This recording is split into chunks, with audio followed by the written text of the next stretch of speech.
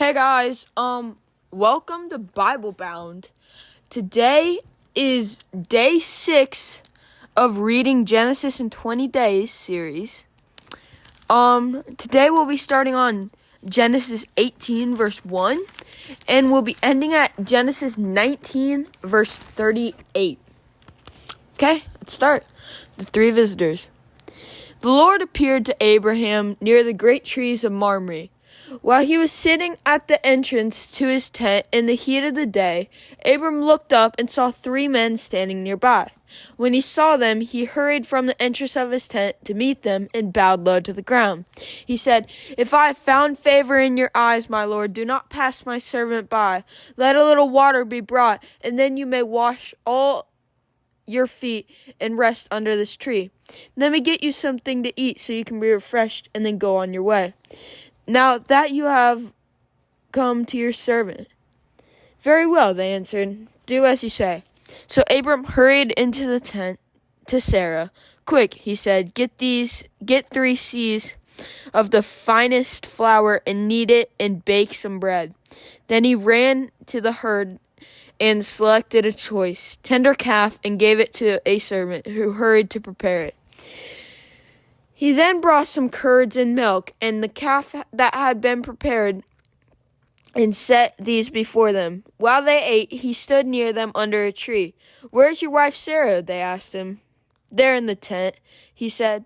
Then one of them said, "I will surely return to you about this time next year, and Sarah and your wife will have a son." Now Sarah was listening to the entrance by the tent which was behind him. Abraham and Sarah was already very old, and Sarah was past the age of childbearing. So Sarah laughed to herself as she thought, "After I am worn out and my Lord is old, will I have this pleasure?" Then the Lord said to Abraham, "Why did Sarah laugh and say, 'Will I really have a child now that I am old?' Is there anything too hard for the Lord? I will return to you at the appointed time next year, and Sarah will have a son." Sarah was afraid, so she lied and said, "I did not laugh." But he said, "Yes, you did laugh." Abraham pleads for Sodom. When the men got up to leave, they looked down towards Sodom, and Abraham walked along with them to see them on their way. Then the Lord said, "Shall I hide from Abraham? What am I about to do? Abraham will surely become a great and powerful nation, and all nations on earth will be blessed through him. For I have chosen him, so that I will direct his children and his household after him to keep the way of the Lord by doing what is right, and just so that the Lord will bring about for Abraham what he has promised him."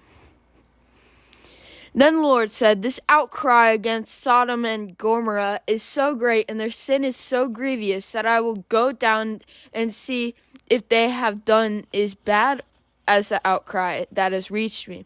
If not, I will know." The men turned away and went toward Sodom, but Abraham remained standing before the Lord. Then Abraham, approaching him, and said, "Will you sweep away the righteous with the wicked? What if there are 50 righteous people in the city? Will you really sweep it away and not spare the place for the sake of the 50 righteous people in it? Far be it from you and do such a thing, to kill the righteous with the wicked, treating the righteous and not wicked alike. Far be it from you. Will not the judge of all earth do right?" The Lord said, If I find 50 righteous people in the city of Sodom, I will spare the whole city for their sake." Then Abraham spoke up again. Now that I have been so bold as to speak to the Lord, though I am nothing but dust and ashes, what if the number of the righteous is 5 less than 50? Will you destroy the whole city for the lack of 5 people? If I find 45 there, he said, I will not destroy it. Once again he spoke to them. What if only 40 are around there? He said, for the sake of 40, I will not do it. Then he said, may the Lord not be angry, but let me speak. What if only 30 can be found there? He answered, I will not do it if I find 30 there. Abraham said, Now that I have been so bold as to speak to the Lord, what if only 20 can be found there?" He said, "For the sake of 20, I will not destroy it." Then he said, "May Lord not be angry, but let me speak just one more." "What if only 10 can be found there?" He answered, "For the sake of 10, I will not destroy it." When the Lord had finished speaking with Abraham, he left, and Abraham returned home. Sodom and Gomorrah destroyed. The two angels arrived at Sodom in the evening, and Lot was sitting in the gateway of the city. When he saw them, he got up to meet them and bowed down with his face to the ground. "My lords," he said, "please turn aside to your servant's house. You can wash your feet and spend the night and then go on your way early in the morning." "No," they answered, "we will spend the night in the square." But he insisted so strongly that they did go with him and entered his house. He prepared a meal for them, baking bread without yeast, and they ate. Before they had gone to bed, all men from every part of the city of Sodom, both young and old, surrounded the house. They called to Lot, "Where are the men who came to you tonight? Bring them out to us so that we can have sex with them." Lot went outside to meet them and shut the door behind him and said, "No, my friends, do not do this wicked thing. Look, I have 2 daughters who have never slept with a man.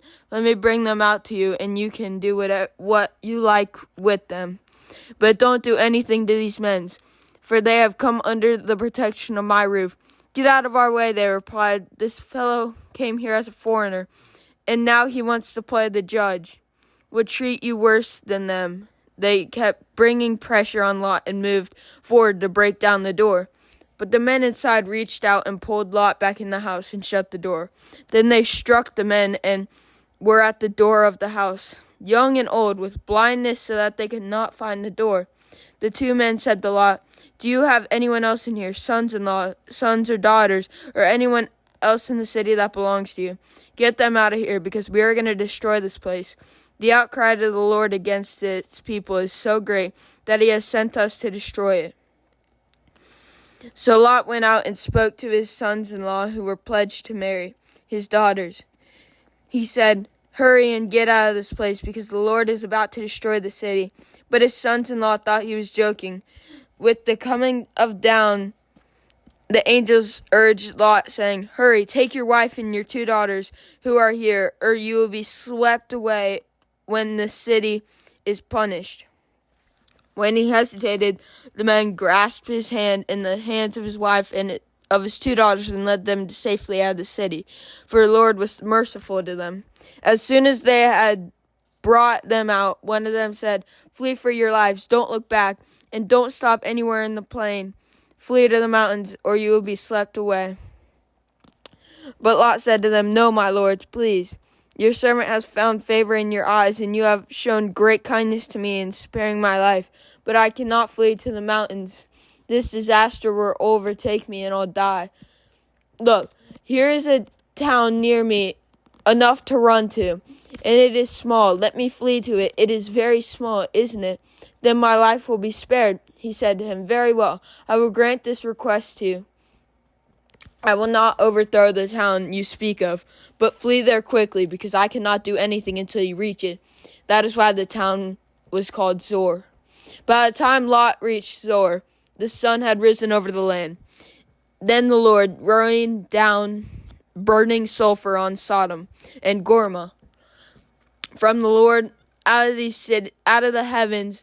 Thus he overthrew those cities and the entire plain, destroying all these living in the cities, and also vegetation in the land. But Lot's wife looked back, and she became a pillar of salt. Early the next morning, Abraham got up and returned to the place where he had stood before the Lord. He looked down towards Sodom and Gomorrah toward all of the land of the plain. And he saw dense smoke rising from the land, like smoke from a furnace. So when God destroyed the cities of the plain, he remembered Abraham and brought Lot out of the catastrophe that overthrew the cities where Lot had lived. Lot and his daughters. Lot and his 2 daughters left Zoar and settled in the mountains, for he was afraid to stay in Zoar. He and his 2 daughters lived in a cave. One day the older daughter said to the younger, "Our father is old, and there's no man around here to give us children, as is the custom all over the earth. Let's get our father to drink wine and then sleep with him and preserve our family line through our father." That night they got their father to drink wine, and the older daughter went in and slept with him. He was not aware of it when she lay down or when she got up. The next day, the older daughter said to the youngest, "Last night I slept with my father. Let's get him to drink wine again tonight. You go in and sleep with him so we can preserve our family line through our father."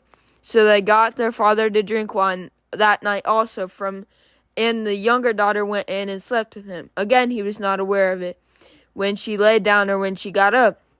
So both of Lot's daughters became pregnant by their father. The older daughter had a son, and she named him Moab. He is the father of the Moabites of today. The younger daughter also had a son, and she named him Ben-Ammi. He is the father of the Ammonites of today. Okay, so that is the end of day 6. Tomorrow we'll pick up at day 7. And, not a lot really happened today, except we learned a little more about how some of the nations were created, through Lot and his daughters. So, that was a big part. We'll be learning more about that in the Bible later. Other than that, the reason why he said 50 and he said, "No, I will not destroy it," is because he doesn't want to destroy anybody that, worships him. So, let's say there's one person that worships God and one person that doesn't. He won't kill the whole city of the two because he doesn't want to kill anybody that, worships him or is a follower of him. So, basically, that's why he didn't take down the whole city, and instead he just let it by. So yeah. Other than that, say anything in the comments that you just have any questions on, or you want me to answer, or any names that for the Ammonites. If you have a different way to say it, then I'll see if that works, and then I'll use that. Other than that, I hope you guys have an amazing day, and remember, stay holy.